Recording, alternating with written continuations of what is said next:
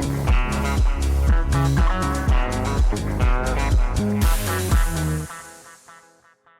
right, welcome to Saltier Politics. Julie, how was your weekend? My weekend was good. I went to Vermont. My little cousin got married, which was really surreal because I went to his parents' wedding when I was in high school. And then I remember when he was born, and now here's this little kid who's not so little anymore getting married. And it was a really cool wedding. They did it in some very remote part of Vermont, north of Burlington. It was a really great wedding. So congratulations, Matt and Molly. I'm super happy for them. They're both great, and I'm really happy Molly's a member of our family. So that was my weekend. It was pretty cold up there, by the way. I know. I feel that the weather, it's starting to get a lot colder, and it doesn't make me happy at all because anything under 70, I'm freezing. Yeah, and you're from Florida, so that makes sense. And I'm the same way. I'm from Russia, and anything under 70 makes me freezing, which is really bizarre. I hate the cold. But Vermont was really pretty. The leaves were starting to turn. And as I was going to Vermont, I got into this Twitter spat with my friend Jen, who said something about the fact that she always puts the window shade down when she's in the window seat on the plane. And I think people like that should basically be banned for life from traveling. So what do you think? Oh my gosh, it annoys the crap out of me, especially when I'm in the aisle, and I like to see when we're taking off or going down or when there's turbulence. I like to look outside and see that. And confirm that you're still among the living? Correct. And confirm that we're not like, going down or up very fast.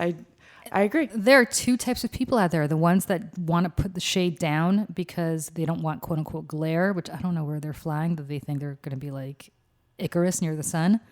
And then there are people like me who actually like to look outside and see the beauty of Lake Champlain in Vermont as you're flying over it, or if you're flying west, especially you fly over the Rockies or you fly over the Grand Canyon, which I've done a few times. It's really pretty. So I don't get these people who, by the way, when you put the window shade down, you're basically in like a closed coffin. You're flying in like a box. It's horrible unless you're at a night flight. Okay, fine. But even, again, during takeoff and landing, I want to look out the window. I actually like it not during takeoff and landing. I like it when it's a really clear day and you could just look out and it's really pretty and you could see what you're flying above. And then you forget that you're stuck in a plane for multiple hours. Yeah, so people who, when people make a big deal about people putting their seats back on a plane, I don't really care if people do that. I really hate it when they put the window shade down, though. Speaking of planes, what did you think of the new thing by this Tokyo Airlines that they're going to have special seating for babies?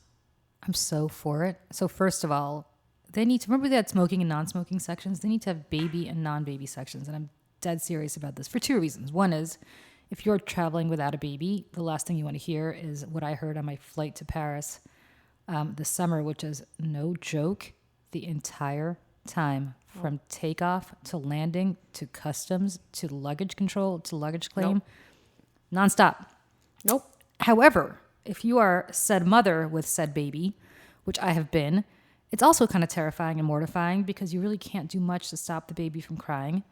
You can walk it up and down the aisle a little bit, I guess, but I really think they need to have kid and non-kid sections so that all the babies can cry together in one section and all the people who don't want to hear that can not be there. When I first flew with my son, I remember, I forgot where we were going. I think we were going to France. And he sat behind some woman. He was maybe like 2.5, and all he did was kick her seat the entire time. Just kicked it. And no matter how much I told him to cut it out, he just wouldn't stop it. And he put the tray down and put it back up and take it down and put it back up. And by hour 4, you're ready to jump out of the plane without him.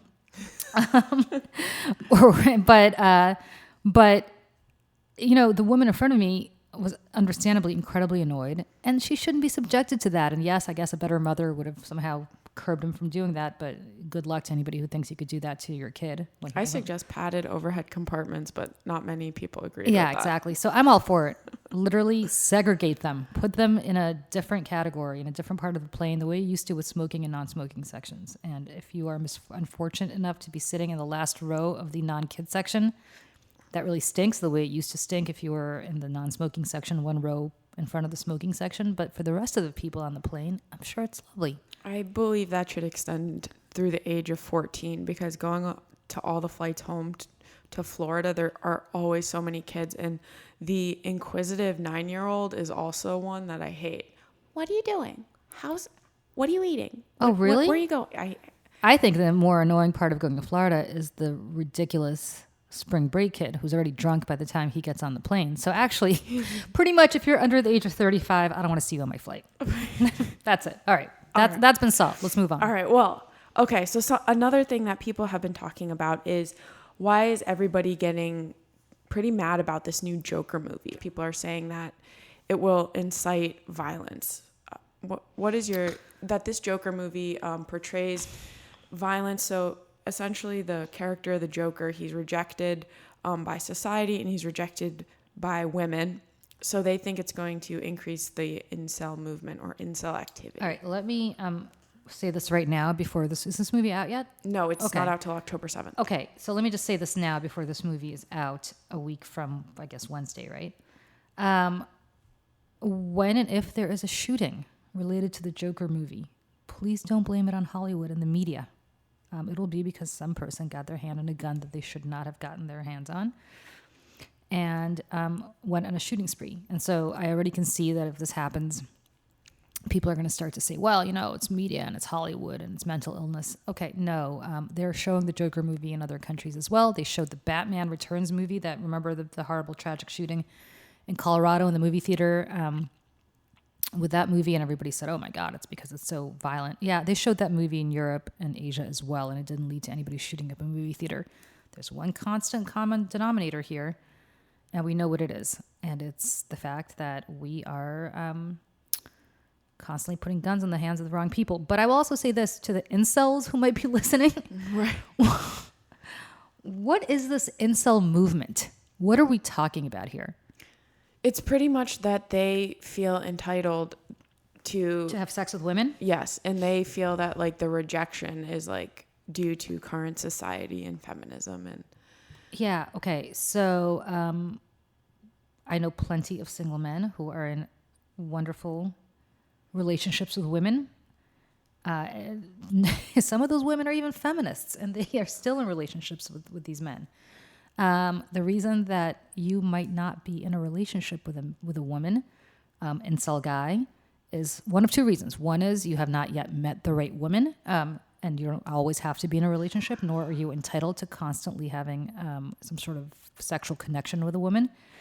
But secondly, it might be because you're sitting around stewing about the Joker movie and about other lame things and playing video games and wondering why you can't find a young woman to date. So nobody's entitled to a relationship. Nobody's entitled to have sex. Nobody's entitled to any of that. It happens when it happens, and if it doesn't happen, there may be outside forces, or maybe, just maybe, take a look within and wonder why you are not able to sustain or have a relationship. That also is a potential yeah, usually the cause. People blaming everything else but themselves are the ones who fail to look inward. True. And look, it's not to say that I don't feel for some of these guys when they can't meet women. On the other hand, try coming to New York as a young woman, because every young woman I know who comes to New York complains that there aren't enough men out there for her to date. So if a movie like The Joker, which I believe is based on a comic book, is leading you to suddenly say, oh, okay, I'm going to go out and get violent because the Joker went out and got violent because he too couldn't get a girlfriend. Like, you're talking about a fictional character. You're talking about a guy who literally puts clown makeup on his face. Right. And if you're emulating that guy, then yeah, I would say that neither I nor any woman I know wants to date you. Maybe there's some people out there, women out there, I'm not judging, who want to date guys who dress up like the Joker or take direction from the Joker, but I don't know any. Do you, Emily? Have you met anyone? No. You are younger than I am, and you are more among the dating community than I am. So have you met women in their 20s who are like, I know, I want to date some guy who sits around reading comics all day long and trying to emulate the Joker? Like, I remember when I was in my 20s. God, this is an absolutely horrible story. I remember I was in my 20s, and I was at this event randomly at the Waldorf Astoria, which is a very nice hotel here in New York, for the Democratic National Committee, and Bill Clinton was there. And so I was at this event, and I met this guy who worked for, I don't know, somewhere in politics. And he and I kind of hit it off, and we were both single, and he said, let's go on a date. I said, great. So he said, why don't you meet me at my house, and then we'll go out. And I said, sure. So I meet him, or I try to meet him. I think this is not pre-cell phone, but this is when cell phones weren't as reliable. So I'm outside his house. I'm buzzing, no answer. I call, no answer. Finally, 20 minutes later, as I'm about to go home, I try one last time. The guy picks up the phone and he's like, oh yeah, sorry, my roommate and I are playing video games. Oh God. And so I didn't hear the doorbell, but come on up. And I was like, no, I'm good.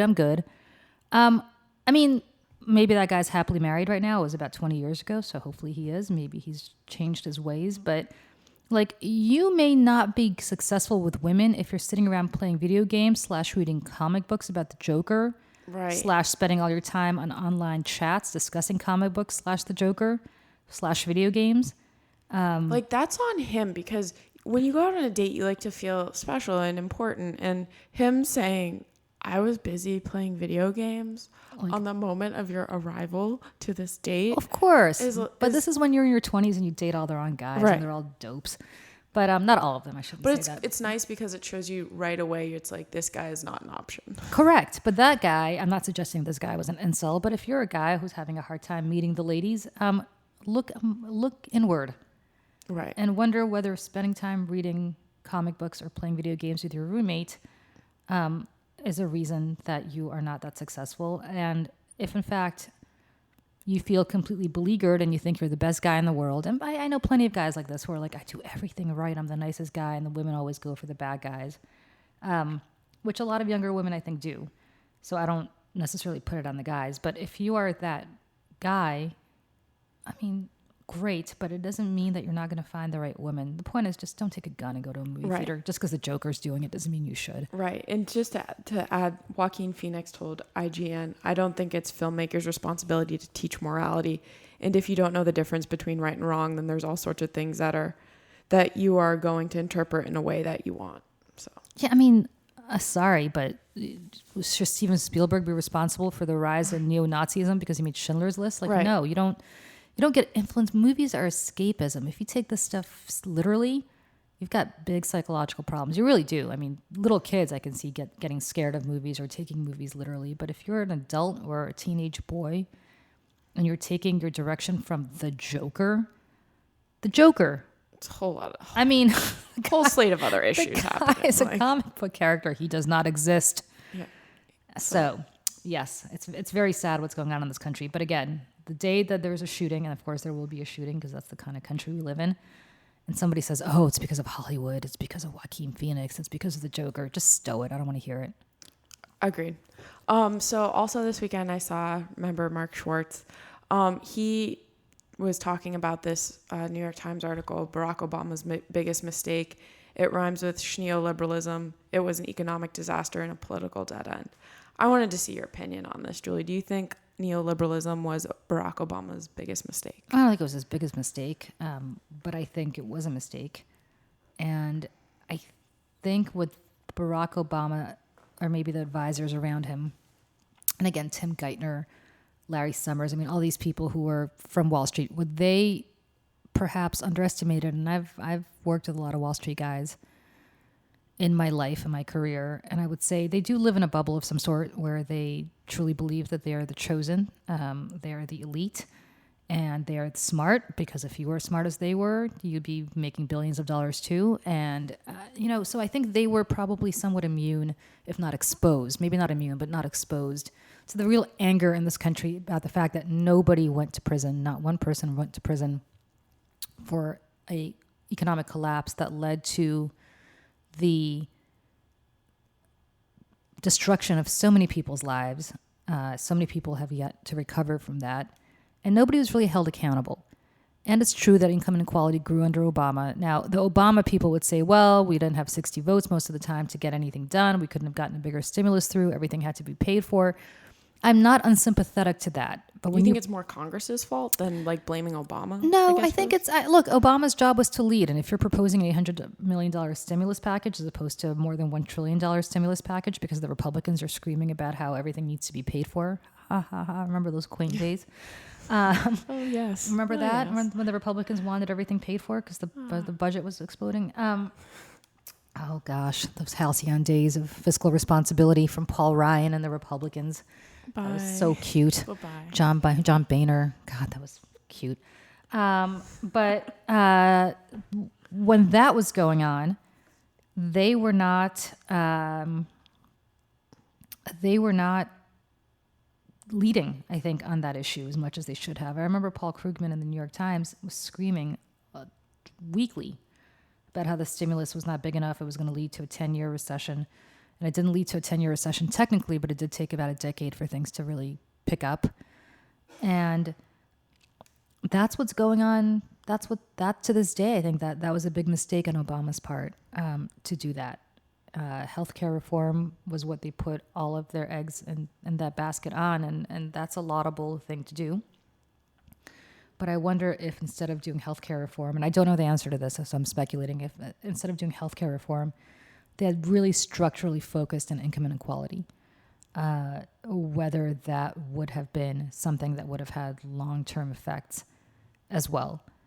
And I don't know. I mean, if you remember, the Tea Party came of age in 2009, in large part because of the stimulus and because of healthcare reform. So Obama got in trouble for it anyway, right? I mean, we lost seats in 2010 as a result of this anyway. So if you're going to get blamed, you might as well just double it. I mean, go all out. It's not like anybody gave him any credit on the Republican side for having an $800 million stimulus and not a $1.6 trillion stimulus. So I think it was a lack of imagination coupled with a lack of appreciation for how the average person felt, which led to the rise of populism, which led to the rise of Donald Trump. But if you're one of the Democratic candidates and you're seeing this kind of criticism about Obama, what would your advice be? Well, I think, and I'd love to see their internal focus groups on this, but I suspect Elizabeth Warren has it right from a tone perspective. People are angry. They're pissed off. They are not thrilled about where the country is, and they're not thrilled about it not because they're Democrats or Republicans. People really, I mean, everybody's not everybody. I shouldn't say everybody. People at the top didn't, but the middle class and certainly the working class really got decimated tremendously, and they're still feeling it. I mean, I've said this before, but I saw a focus group maybe about 5-6 years ago of people who consider themselves middle-class voters. And you might ask what that is, and people have different ideas of what it is. These are people who I self-identified as middle-class voters. And it was the first time that I had seen, and I'd be curious to speak to this cohort again now or a similar cohort now, but they said for the first time that they could not imagine paying for college for their children, that college, which was the catapult into the middle class, was something that was out of reach for them, for their kids. It was not out of reach for them. They had gone to college, but when they went to college cost a couple $1,000 a year. They could work summers and pay for it, or they could be babysitters, or they could do whatever they could to pay for college. You can't do that now. You can't work a summer job. No. Unless your summer job is, holding up Fort Knox. Right.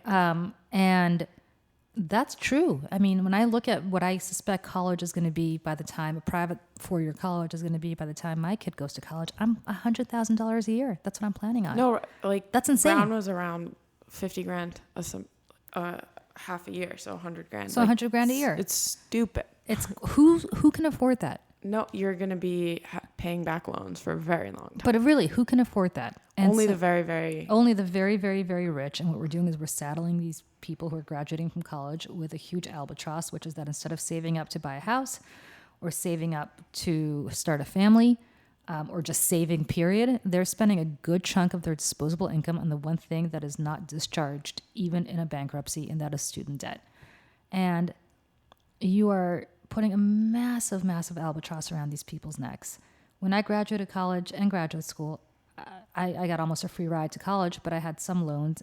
I paid them off, and it wasn't a big deal, and this was over 20 years ago. But now, how are people going to do that? It's just insane. It is crazy, crazy, crazy that you have to pay these debts back. These not debts, but how expensive college is. And I think, again, if you're Tim Geithner, I don't mean to single him out, but Larry Summers, but all these people who Obama surrounded himself in the beginning part of the administration, they just didn't get it. They got their bailout, and... But I think your point is right. It does fall to the leader, because Barack Obama and his wife both were saddled with major debt, student loan debt. It's not just them. I mean, it's this lack of, okay, we're going to do what's possible, but I think they misunderstood because I think Obama had somewhat of a charmed, rapid rise, that they misunderstood that they were not going to get credit. This notion of, oh, we're going to bring, Republicans and Democrats together. If I hear any Democratic presidential candidate say that, like my frustration with Joe Biden, among several frustrations with Joe Biden lately, is that he truly believes that Joe Biden, will be able to go to the Hill as president, extend his hand to Mitch McConnell, and say, let's do something for the better, and let's do something for the nation together. And Mitch McConnell will say, okay, Joe, that sounds great. We've known each other for the last 50 years. We'll do it. It's never going to happen. Right. It's like how many times you have to get punched in the face before you realize you're going to get punched in the face. If it would have happened, it would have happened when he was vice president. And he might say, well, it's because they hated Obama. They will hate anybody who's a Democrat. And so at least Elizabeth Warren, you may or may not agree with her policies. You may or may not think they're too liberal. But at least she has the right tone where she understands that you have to push through. You have to be radical in your approach. And Trump, I think, understood that as well. He didn't act it when he got into office. In fact, everything he's doing right now is to create more income inequality. But he struck the right tone, I think, when he was a candidate, which is this tone of saying, you know what, we have been screwed by the elites on both sides of the aisle. And it's time to do something for the people. And while his policies bear no resemblance whatsoever to his rhetoric, the rhetoric, I think, was right. I think Elizabeth Warren's rhetoric is right in that capacity. I think somebody like Cory Booker, who I personally know and love and wrote the first check that I've written in probably a decade too, a couple of weeks ago. But I think where he's struggling is his whole tone of peace and love your enemy and hug your enemy is a wonderful, wonderful, wonderful sentiment. I just think people on the Democratic side of the aisle are saying, we've been burnt by this before. Right. So if you can't love your enemy if your enemy is intent on absolutely destroying you. Yeah, and your enemy has never come to the table before. Never, So. ever.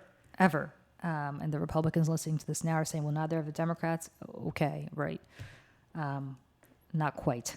Obama came to the table with that stimulus package to try to get some Republican votes for it, and he got a few, but certainly not enough. Agreed.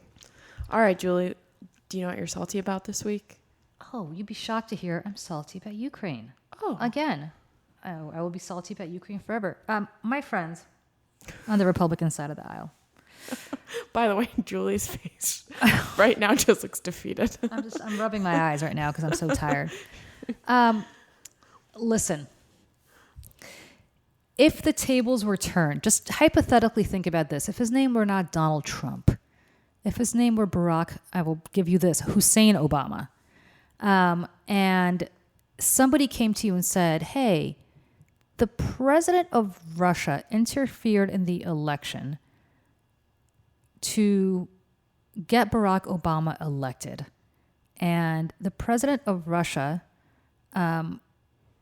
is denying that, but all of our intelligence agencies, including the the head of the NSA for Donald Trump, his first Homeland Security advisor, Tom Bossert, even members of Trump's own cabinet, if they were to go to Barack Obama and say, Mr. President, the Russians were the ones that interfered in the election, and Barack Obama said, nope, I don't believe it. And then Barack Obama had these secret meetings with Vladimir Putin that he wouldn't disclose the contents of, and in fact went to the translator and confiscated the translator's notes so nobody would ever find out about them. And then suddenly he came up with this crazy conspiracy theory that just so happens to cast doubt and blame upon what is now Russia's number one foe, Ukraine, which Russia, as we know, has already annexed part of its land and is now in eastern Ukraine trying to annex the rest of Ukraine. Suddenly Barack Obama said, nope, I'm not going to agree with any intelligence figures on the American side. I'm going to agree with Vladimir Putin and say that Vladimir Putin's big enemy, Ukraine, has a server somewhere in Kiev, I guess. I don't know where this imaginary server is supposed to be. I have no basis for this fact, but I think I heard that. I wonder where he must have heard that. He probably heard that from Donald Trump, from Vladimir Putin, because there's no way in hell he'd know it from anybody else or come up with that conspiracy. So if he sided with Vladimir Putin against his own intelligence agencies and against an ally to which Congress had already appropriated money. And then let's say, secondly, after that, Barack Obama were to say, you know what, the money that Congress appropriated for Ukraine to defend itself against Russia, I'm going to suspend that money, coincidentally, until I have a conversation with the new president of Ukraine and tell him that I want him to look into this crazy conspiracy theory that Vladimir Putin put in Barack Obama's head about a server being in Ukraine, which this physical server is sitting at the DNC and always has been, but I don't know what Trump is talking about. But let's just say Obama did that. What do we think the Republican reaction would be? And that's before we even get to the part where he basically has a quid pro quo. And unless you're Lindsey Graham, everybody understands quid pro quo. Go investigate my opponent. Meddle in the 2020 election by investigating my opponent. Please, Ukraine, I'm telling you, meddle in the 2020 election by investigating my opponent to help my campaign get an advantage over the man that I think is probably the strongest possible opponent I can have in 2020. What would people say about Barack Obama on the Republican side if he did that? They would be calling for his head. They would have impeached him 20 times over. And there are very well-meaning Republicans out there who actually are troubled by this cult of Trump, who, because it's Donald Trump and not Barack Obama saying this, they are absolutely defensive of him in ways that they have to jump embarrassingly through contortions and pretzels. I mean, Lindsey Graham, for God's sake, you can't impeach somebody in hearsay. Hey, Senator Graham, it's not hearsay. The White House released the tape. It's all out there in black and not the tape. They released a memo of the conversation. It's there in black and white. So I don't know what hearsay Lindsey Graham is talking about. It's literally, they basically testified to this. They implicated themselves. It's like me saying, hey, Emily, I buried a body in the backyard. Oh, we can't. I mean, please, that's hearsay. No, it's not. I'm telling you, I buried a body in the backyard. That's right. We just have to dig. Yeah, it's right there. There's a big X marking where that body I buried in the backyard is. Oh, Julie, that's hearsay. No, it's not hearsay. I did it. I swear to you. Here it is. Just stop, because this to me is so unpatriotic. This is literally asking for more interference in our elections. The reason our democracy is so vibrant is we have free and fair elections. And what Donald Trump is doing is asking another nation to make them less free and less fair. And you know who put this idea in his dumb head? It was Vladimir Putin. Because who else has an interest in putting that idea in his head besides Vladimir Putin? Who else? Literally no one. Literally, there's not one more human being on earth who's saying to him, hey, I know everybody's telling you that we're the ones responsible, but it's not us. It's our number one geopolitical foe, Ukraine. The guys we're trying to annex, the guys you're trying to send military aid to. So don't send military aid to them because they're the bad guys, not us. Oh, okay. All right. I'm going to ignore what the CIA and Homeland Security and the FBI and 17 intelligence agencies have told me. I'm going to believe you, Vladimir Putin. And everybody's going to say, well, how do you know Vladimir Putin put that idea in his head? Well, who else stands to benefit? Literally, who the hell else stands to benefit? And if you don't believe me, then subpoena the translator, ask her in a deposition or under oath what was said in those meetings between Trump and Putin. And if there's nothing nebulous or nefarious about it, nefarious about it, then you have nothing to worry about. But why would Trump not allow any witnesses to that meeting? And why would he take his translator's notes? It has never, ever, it's never been done. Ever. I think next week what we need to do is a clapback-esque segment on this. Because, go ahead and tweet me, guys. Go ahead. Yeah, you know what? We will. We're going to do a clapback on this. We're going to read some dumb tweets that I get on this issue, and we will clap back on them. Yeah, so next week, everybody look very much forward to that because I'm already excited. Yes. Because Julie is salty. I'm salty about this. It is fantastic. We're definitely doing a clap back. That's a great idea. Go ahead. What's up next? So I'm salty about, I was listening to Morning Edition on NPR and learned about a new study that viscerally made me go, give me a break. Eating a handful of almonds, walnuts, peanuts, or any type of nut on a regular basis may help prevent excessive weight gain and even lower the risk of obesity. Like, when people tell me to eat a handful of almonds when I'm hungry, I want to slap them. Because you can't eat just a handful? Well, I just think I'm still hungry when I eat a handful of almonds. I'm like, it just annoys me because one, the study, it said nuts and peanuts I'm allergic to are not a nut, they're a legume. Right. So that's wrong. And 2, the people who tell me to eat a handful of almonds to satiate my hunger, I just want to slap away. That's just a visceral thing that. You think it's because they're digested slower, so maybe they'll keep you fuller longer? I don't know. I just want a burger. I don't want to eat a handful of almonds. I think it's bullshit.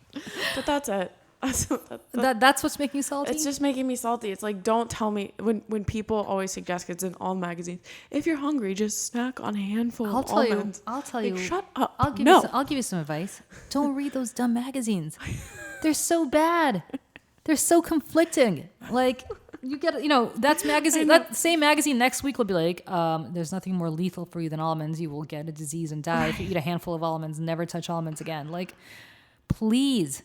I know. Please. I had this friend back in high school and college, and whenever she would buy Cosmopolitan, whenever I found a Cosmopolitan in her apartment, I'd know she was hooking up with this guy that we definitely didn't want her hooking up with because he was bad news. Because I was like, if you're reading Cosmopolitan, that means you're getting really bad advice about everything, which means that you're clearly making bad decisions, which means that you're hooking up with this guy, Adam. And she's like, how'd you know? How'd you know? I was like, the Cosmo gave it away. It's true. Every time I go on an airplane, which I was traveling the past couple of weeks, I just buy a lot of trashy magazines. No, you can't do that. Yep. Nope. Not even in the nail salon. Not even when you're getting a pedicure. I know. That's why I'm salty. No. This is not a road to go down. I am a big proponent of never reading like Women's Health and Cosmo. And first of all, nothing will make you feel worse about yourself than those magazines. Yeah. They'll be like 27 ways to, I don't know. That you're shaving your legs incorrectly. You're like, I didn't think I was, but now that you mentioned it. Right. And then you just start to get like in your head about everything, which is not healthy. So I'm sorry to people who read that stuff. It's okay. For your own mental health, don't do it, which is why you never get salty about the almonds. See, I didn't know. It's true. Because I don't read. Ignorance is bliss. I don't read that, I should say. So next week, I look forward to seeing you get salty to the Ukraine, and we're going to do a great segment. And I'm going to bring some. Are you allergic to almonds too, or just peanuts? Just peanuts. Oh, you're allergic to everything. Yeah, pretty much. Shellfish. Emily came over to my house for dinner one night, and I was like, I'm like, what should I make? And Emily's like, meat with nothing on it. I know. Julie just asked, what are you allergic, or do you have any allergies? And then I just laughed because that text was a novella. That was 7 pages later. I was like, wow, I guess that's a steak and steak. Okay. Yep. All right. Have a wonderful week, everybody. Bye.